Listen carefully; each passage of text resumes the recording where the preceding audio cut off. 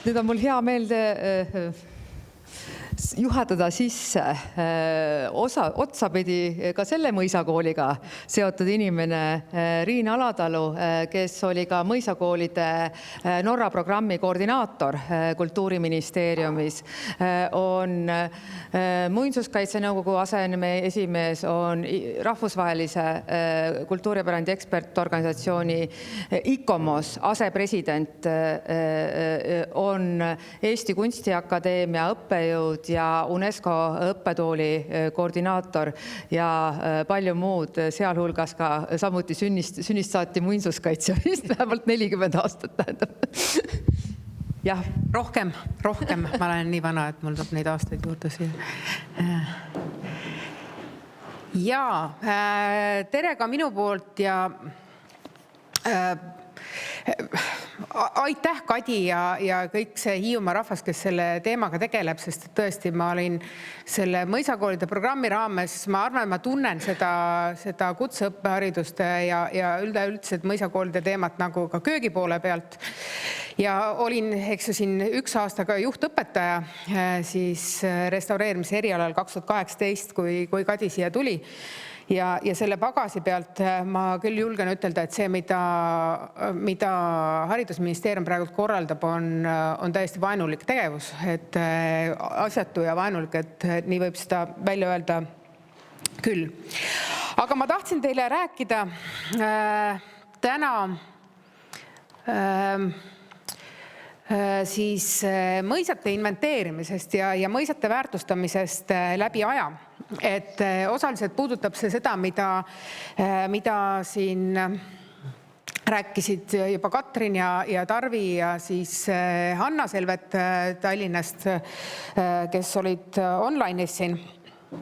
Aga ja see väike ajalugu tuli, eks ju, et me hakkasime esimesi mõisaid kaitse alla võtma siis vabariigi aastatel ja sealt edasi siis läbi nõukogude aja on mõisahooneid kaitse alla võetud. Ja siin on lihtsalt üks näide sellest, et mida, ma arvan, see oli Hanna ja mitte Tarvi, kes mainis, oli see 70. aastate inventuur.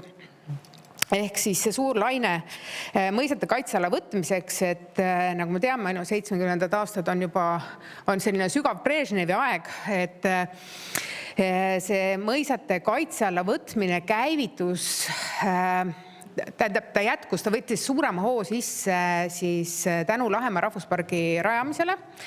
Et sellest on pikalt ja laialt kirjutanud ka Fredi Tomps selles roosas raamatus, mida Ave siin on mõnele kingituseks jaganud. Aga kes tahab, võib minu käest küsida. Siis saame kaubale. Aga see, mis ma tahtsin rääkida, on see, et Hanna rääkis siin toredasti sellest, et Eesti on 1000 mõisamaa. Et see 1000 on niisugune tore maagiline number, et ma mäletan, et kui ma koolis käisin, siis räägiti, et Eestis on 1000 järve, tegelikult on Eestis umbes 2500 järve, no veidi, või mitte vabandust järve, vaid saart. 2500 saart ja samamoodi on nende mõisatega ka, et see 1000 ei vasta üldse tõeline, mõisaid on olnud ligi 2 korda rohkem. Küsib sellest, kuidas me neid arvestame. Ja selleks, et siis seda mõisate arvu toona 70-ndatel siis teada saada, siis tehti niisugused esimesed suured inventuurid, noored siis kunstiajaloolased saadeti mööda maad ringi käima. Ja ma ei võtnud seda Hiiu Suuremõisat, sest Hiiu Suuremõisa oli sellel ajal juba mälestis, et see kaart seal ei kehti, aga ma võtsin Hiiumaalt kõrvale siin Putkast, et tehti sellised esialgsed siis ankeetlehed koos fotodega. See on siis praegu nüüd Putkaste kohta.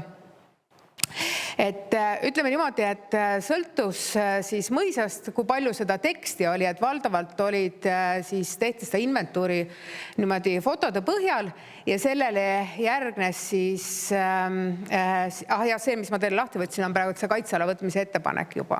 Aga ütleme niimoodi, et niisugune suhteliselt lihtne siis esialgne dokument. Nüüd sealt edasi, eks ju, tänasel päeval muinsuskaitse tegeleb siis selle kaitseala võtmise protsess on märksa pikem ja põhjalikum ja kaasavam ja bürokraatlikum ja ühesõnaga kestab iidamast aadamast.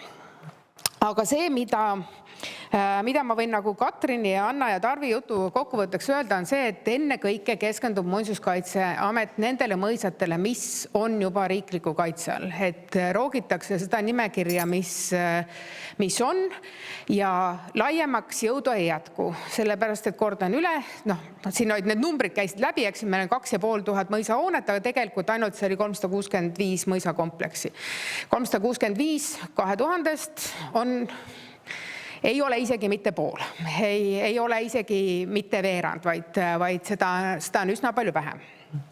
Aga meil on läbi aja on tegelikult see huvi mõisate vastu tohutult kasvanud, et see hakkas pihta selle sama Lahemaa ja nende esimeste siis suurte restaureerimistöödega Lahemaal ja mujal Eestis. Ja mina mäletan oma ülikooli ajast, kui oli veel rublaaeg, aga mul oli juba auto ja bensiini on saada, aga siis selle vähese bensiini eest, mis me saime, siis kõik me sõitsime läbi siis mõisaid ja see oli tohutu mõisa vaimustuse ja plahvatuse aeg.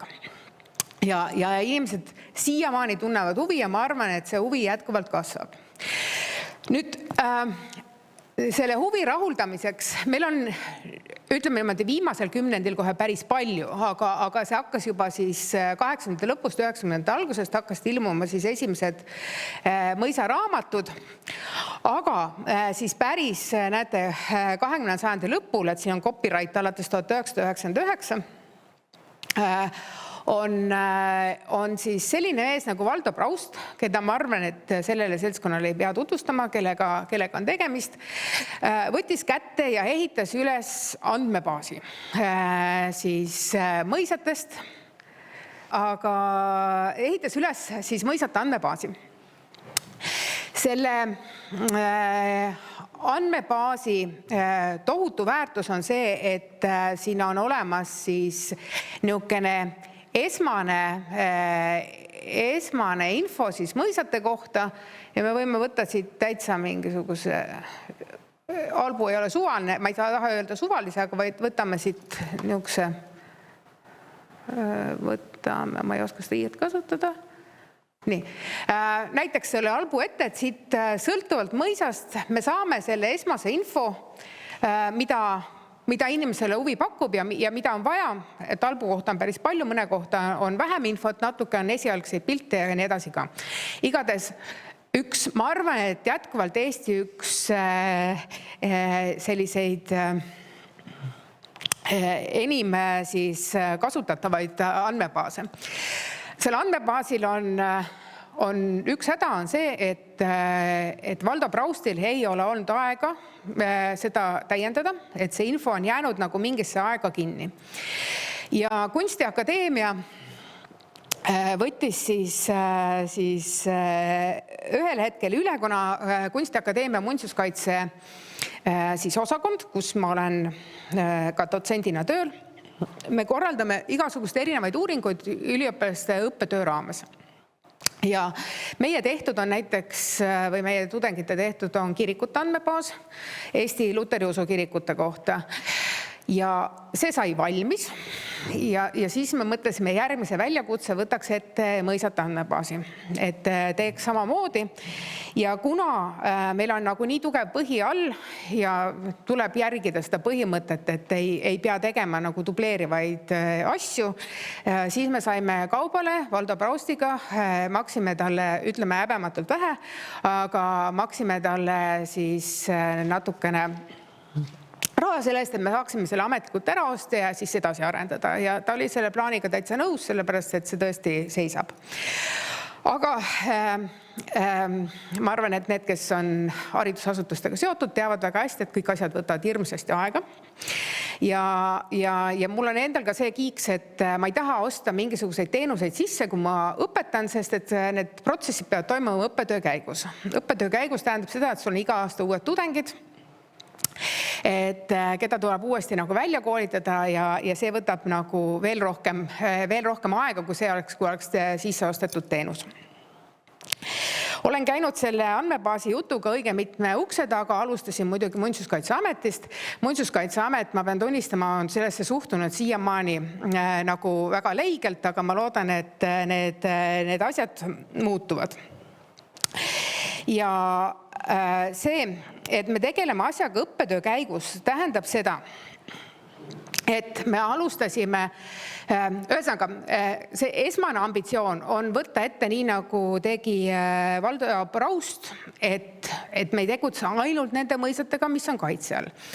Ja Valdo Praustil on ka ainult osa mõisatest, et tal ei ole kaugeltki mitte täiuslik mõisate andmebaas.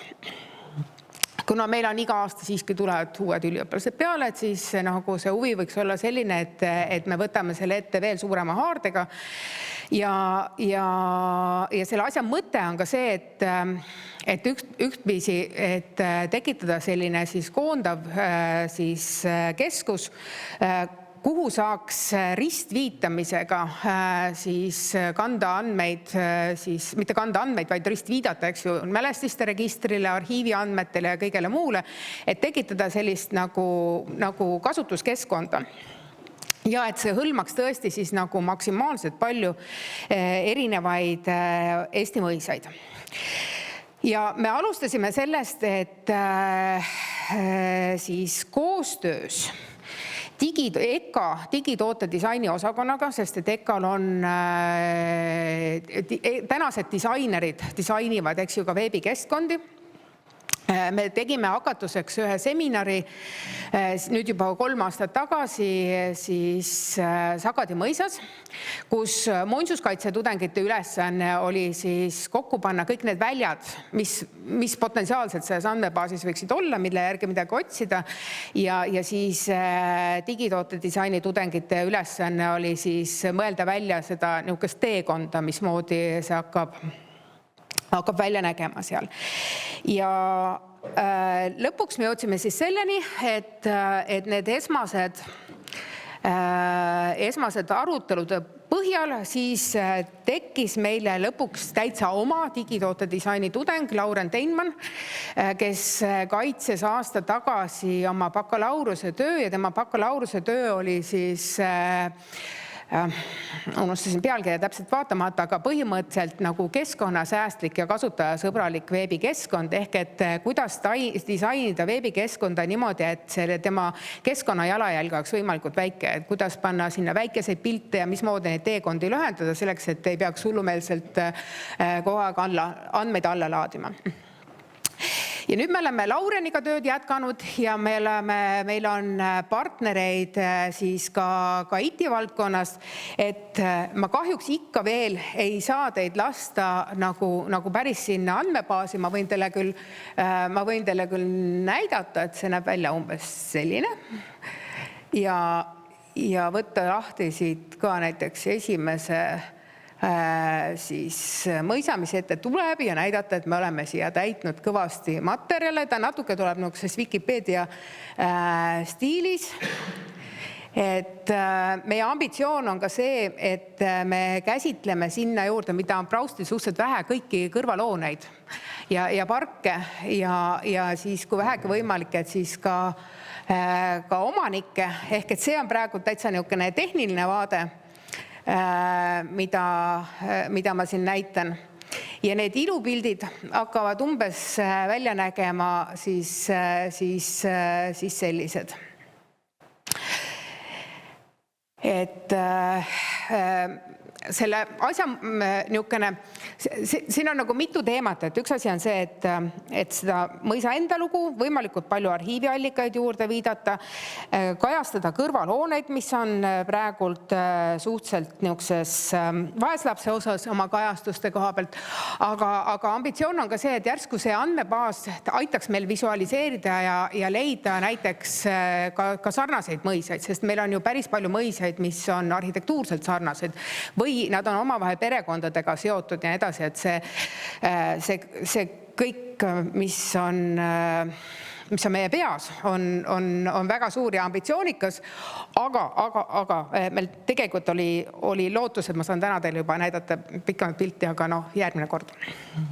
Ja see järgmine kord ei tule väga pika aja pärast, aga tõesti, et tuua nagu sarnased mõisad, et a la nagu siis Suurekõppu ja siis Vanavõidu näiteks, mis on sarnaste projektide järgi tehtud või omavahelised seoseid tuua, et sellist andmebaasi tekitada. Ja kui selle andmebaasi tegemine on valdavalt siis tudengite ülesanne, meil on juba 1, 2, jälle aastad lähevad ka sassi, 2 kursust on juba oma kursuse läbinud, andmed sisestanud kihelkondade kaupa. Aga nagu me teame, eks ju, kihelkondi on Eestis 100, et kihelkondade kaupa me kuskile ei jõua, et siis me teeme seda 100 aastat. Aga me saame neid andmeid ka järjest juurde hankida ja meil on ka kokkulepped, et me saame teha koostöös edasi ka Tartu Ülikooli ja Tallinna Ülikooli tudengitega loodetavasti, et nad aitaksid seda andmebaasi täita. Põhjad saab nagunii sealt Brausti baasist sisse tõmmata. Aga sealt edasi, jälle ka võttes seda niisugust vana muinsuskaitseametniku kogemust, et ametnikel me ootame küll, aga reaalsuses nad ei jõua igale poole.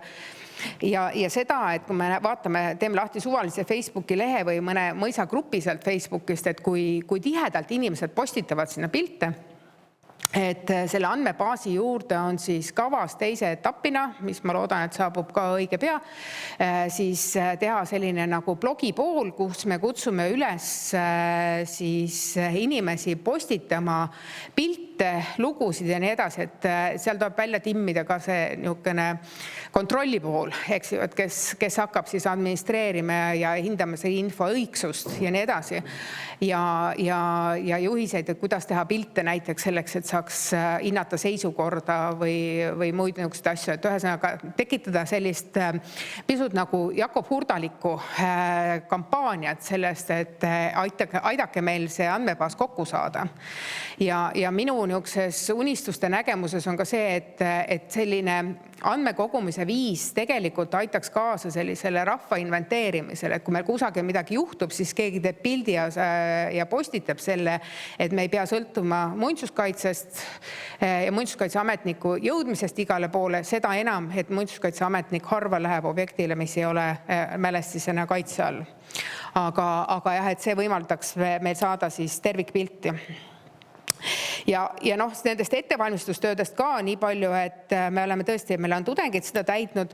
Meil toimus talgupäev eelmise aasta augustis, et meil on siin mõned talgulised on saalis, kes siis aitasid ka neid andmeid sisestada ja siis ka tegelikult meie jaoks oli kõige olulisem on see, et natuke juba elukogenenumad ja rohkem erinevaid liigutusi teinud inimesed oskaksid üles leida need vead, mis seal andmebaasis võimalikult sees on.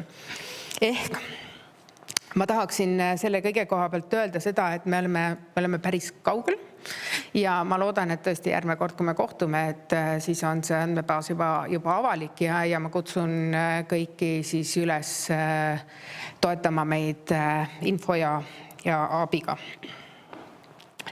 Et see oli see, mis ma teile rääkida tahtsin.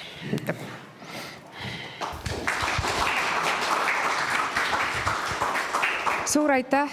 Kas on küsimusi, kommentaare? Jah. Kas see portaal lõpuks tast saab ka kui nagu teadustööriist või ta on siiski nagu populaarhuviline hästele? Meie unistustes on ta mõlemat, et tas koguneb ikkagi niisuguseid andmeid, mida me saame süstematiseerida ja statistikat võtta sealt näiteks ka kasutuse kohta. Aga samal ajal on ta, töötab samamoodi nagu see Moise.ee, mida inimesed ju kasutavad, aga tas peaks saama. Et ma ütlen, Nende andmebaaside tegemine on igavesti keeruline, et kõik, kes on kuskil mingid projekti peal olnud, teavad, et tehakse üks andmebaas või veebileht ja kui seda ei täideta, siis on žurr, see sureb vaikselt ära. Et me oleme siin Tõnuga koos teinud, eks ju, seda mõisakoolide kodulehekülge, kus on ka, nii kui sinna keegi andmeid enam juurde ei lisa, siis hakkavad tekkima jamad sellega. Aga praegult on ka, ütleme niimoodi, et soov on tõmmata need mõisakoolide kodulehe andmed ka siis sinna Moise eesse, et siis ei lähe nagu, ei ole hirmu, et midagi läheb kaotsi. Ja sealt edasi, ka need andmehaldusega peab alati nagu ettevaatlik olema, et kui aktuaalsed need andmed on, et kuidas näiteks, kui me võtame kas või Suuremõisa lossi, eks ju, vastuvõtuajad, et ma ei pane neid kindlasti oma andmebaasi kirja, sest et te võite neid muuta, vaid et siis tuleb linkida näiteks teie kodulehtedele ja see on paras väljakutse neid asju teha, aga et siis püsib selle materjali aktuaalsus sellisena. Aitäh!